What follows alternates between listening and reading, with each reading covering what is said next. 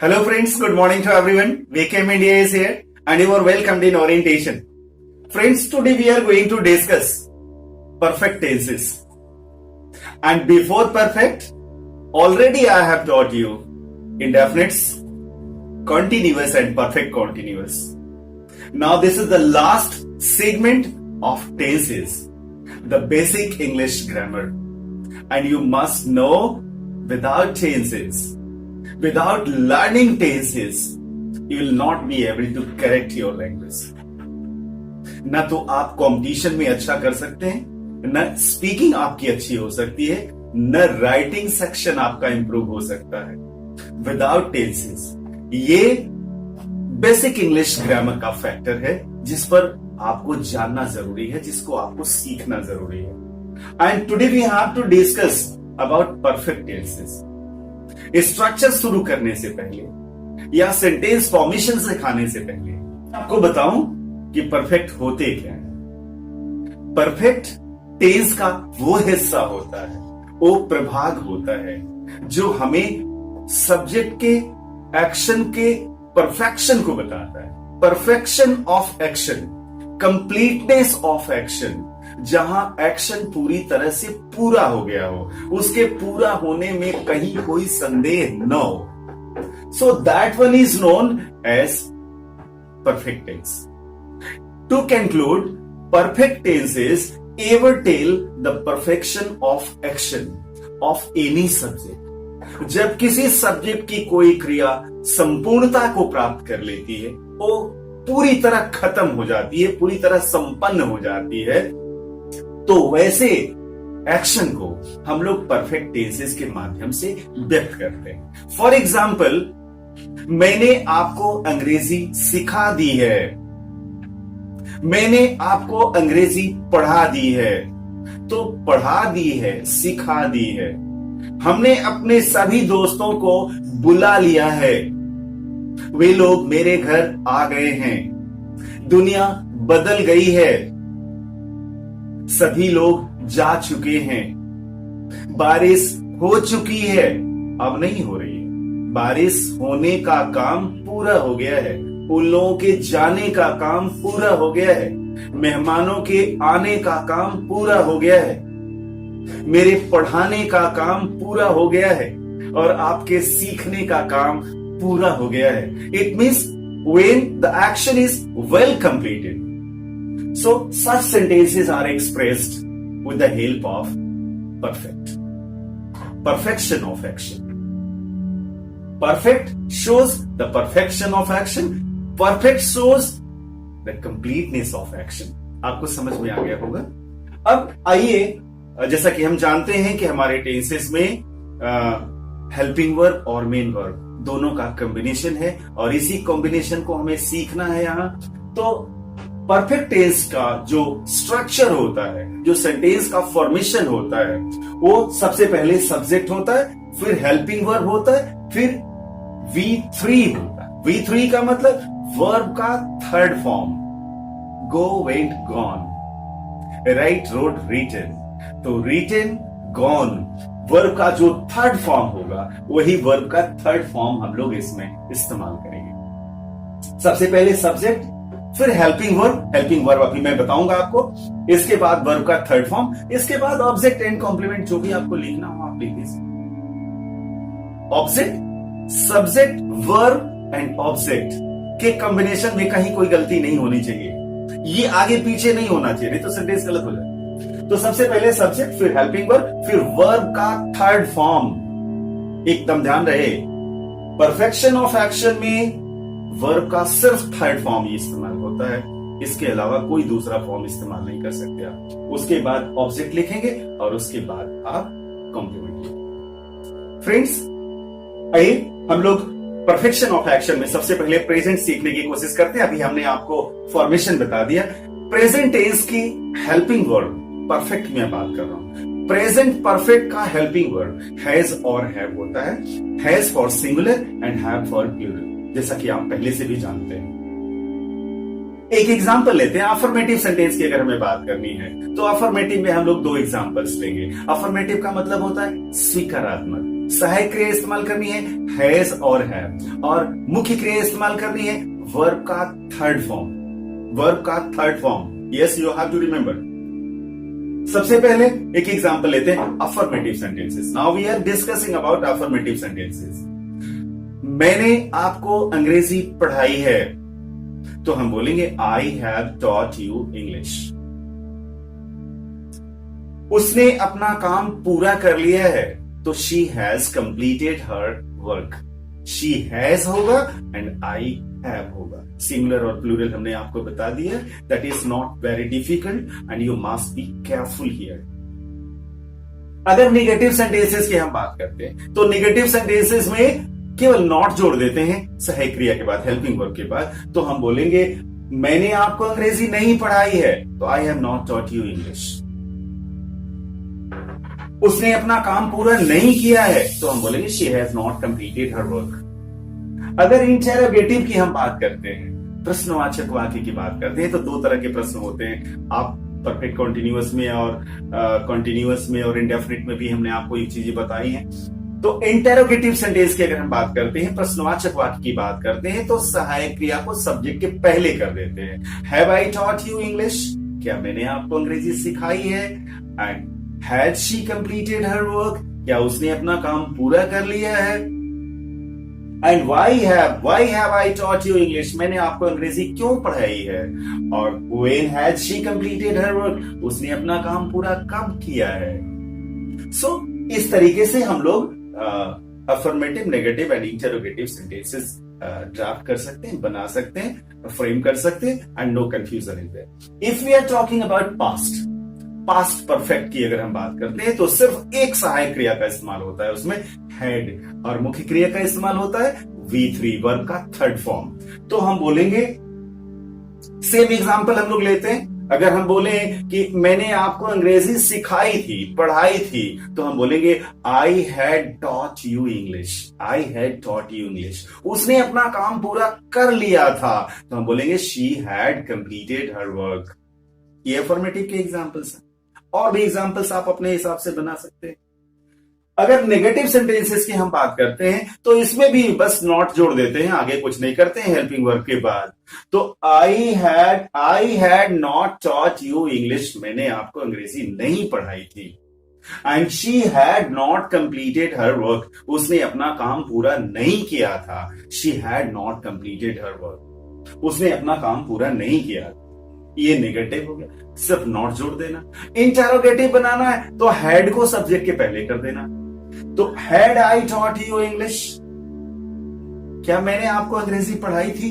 Had I taught you English, क्या उसने अपना काम पूरा किया था? तो हम बोलेंगे had she completed her work, had she completed her work. And why had I taught you English, मैंने आपको अंग्रेजी क्यों पढ़ाई थी? And when had she completed her work, उसने अपना काम पूरा कब किया था? ऐसे इंटेरोगेटिव सेंटेंसेस भी हम लोग बना सकते हैं easily. And if we talk about future perfect, in future perfect only helping verb we have to change, and that helping verb we have to know will have and shall have. shall have का प्रयोग केवल I और we के साथ करते हैं, you know very well। तो shall have and will have का प्रयोग हम करते हैं, बाकी का फॉर्मेशन एकदम सेम प्रेजेंट और पास्ट की तरह होता है, और बाकी कुछ भी करने की जरूरत नहीं होती है। जैसे मैंने आपको अंग्रेजी पढ़ाई होगी, तो हम बोलेंगे I will have taught you English. Affirmative sentences की मैं बात कर रहा हूं। I will have taught you English, उसने अपना काम पूरा कर लिया होगा, तो she will have completed her work, she will have completed her work. Negative sentences की बात करें, अगर मैं बोलूं कि I had not taught you, I will not have taught you English, मैं आपको अंग्रेजी नहीं पढ़ाया होऊंगा, तो I will not have, I shall not have भी बोल सकते हैं, I shall not have taught you English. And उसने अपना काम पूरा नहीं किया होगा, तो she will not have completed her work, she will not have, will और have के बीच में not लगाते हैं, तो she will not have completed her work। और अगर इंटेरोगेटिव की बात करें, तो सिर्फ will और shall को बाहर निकाल लेते हैं। will have और shall have पूरे को नहीं, सिर्फ will को बाहर निकालते हैं और shall को बाहर निकालते हैं। क्या मैंने आपको अंग्रेजी पढ़ाई होगी, तो shall I have taught you English, shall I have पहले नहीं करते, केवल शैल को या विल को बाहर करते हैं। तो shall I have taught you English, ये तो इंटरोगेटिव हो गया। आइए सबसे पहले shall I have taught you English, और उसने अपना काम पूरा किया होगा, तो हम बोलेंगे will she have completed her work. एक चीज और ध्यान देना है, बच्चे यहां गलती करते हैं, विल शैल के साथ कभी हैज नहीं। कभी कभी बच्चे क्या करते हैं कि विल शी हैज लिख देते हैं, क्योंकि शी के साथ हैज लगता है, और उनको ये मालूम है कि शी के साथ हैज लगता है, तो विल के साथ यहां शी के साथ हैव क्यों लगेगा। My dear friends, will have and shall have ही सहायक क्रिया है फ्यूचर परफेक्ट की, तो आपको विल हैज होता ही नहीं, विल हैज कभी होता ही नहीं। सो जस्ट टू रिमेंबर, यहां शी के साथ हैज नहीं लगा है, यहां विल के साथ हैव लगा है। तो will she have completed her work, क्या उसने अपना काम पूरा कर लिया है। Why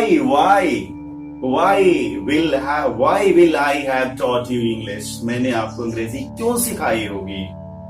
और when will she have completed her work? ये दोनों इंटरोगेटिव के एग्जाम्पल्स हैं।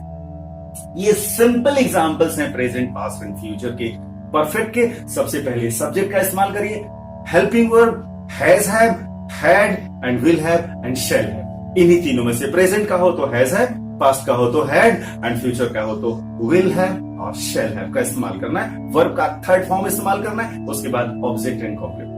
ये प्रेजेंट परफेक्ट के सिंपल सेंटेंसेस। अब प्रेजेंट परफेक्ट का एक वो एग्जांपल मैं आपको देने जा रहा हूं। Be alert, be attentive, what I am going to give you, most of you are badly confused, I am very much sure. मुझे पूरी तरह से यकीन है कि आप लोगों में से मैक्सिमम लोग ऐसे सेंटेंसेस में कंफ्यूज होते हैं और गलतियां करते हैं। ये दो एग्जांपल्स रेयर हैं, स्पेशल हैं, स्पेसिफिक हैं, और just be attentive.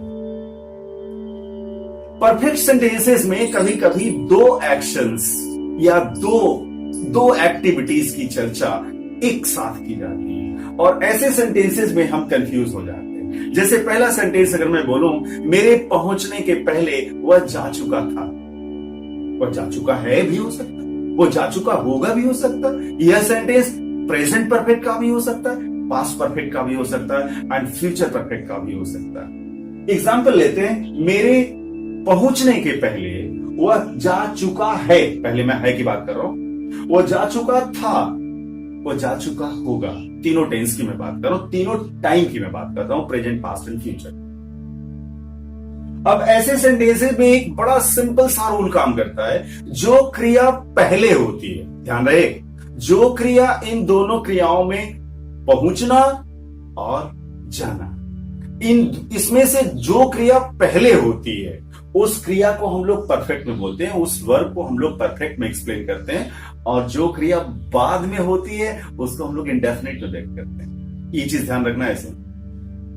If two activities, if two actions are being discussed all together in present, in perfect tenses, so that time you have to remember the action that take place first will be expressed in perfect tenses and the second activity will be expressed with the help of indefinite. लेकिन अब इसमें एक चीज ध्यान रखना होगा, अगर present perfect की बात है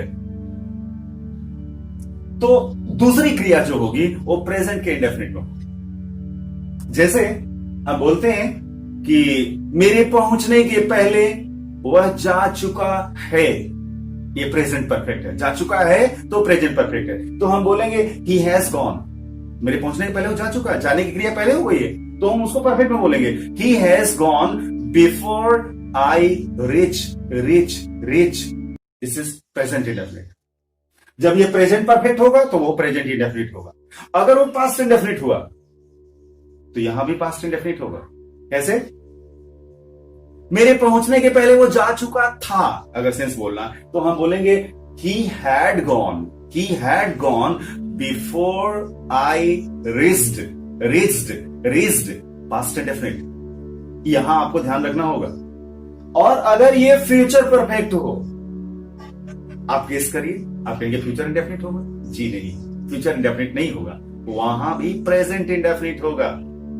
तो अगर प्रेजेंट परफेक्ट हो तो भी present indefinite, and future perfect हो तो भी प्रेजेंट इंडेफिनिट, और पास्ट परफेक्ट हो तो पास्ट इंडेफिनिट। आइए एग्जांपल देखते हैं। He will have gone, future perfect. He will have gone before I reached नहीं, before I will reach, no, before I reach, तो he will have gone before I reach। आपको समझ में आ गया होगा।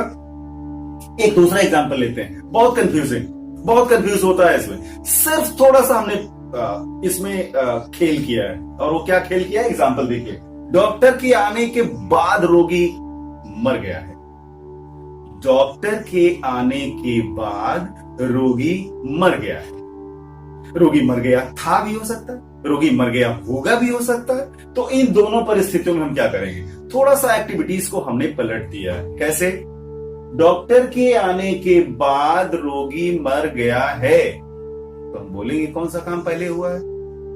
डॉक्टर पहले आया है, रोगी बाद में मरा है। तो डॉक्टर के आने की क्रिया को हम लोग परफेक्ट में एक्सप्लेन करेंगे और रोगी के मरने की क्रिया को इनडेफिनिट में एक्सप्लेन करेंगे। जैसा रूल है कि जो क्रिया पहले होती है वो परफेक्ट में होती है और जो एक्टिविटी बाद में होती है वो इनडेफिनिट में होती है। तो रोगी बाद में मरा है, डॉक्टर पहले आया, तो हम बोलेंगे the patient dies after the doctor has come. यहां प्रेजेंट इंडेफिनिट है क्योंकि उधर प्रेजेंट परफेक्ट। अगर डॉक्टर के आने के बाद रोगी मर गया था, अगर ऐसा बोलना होगा तो हम बोलेंगे the patient died after the doctor had come. वहां हैड होगा तो यहां पास्ट इंडेफिनिट हो जाएगा। और अगर हमें बोलना हो कि द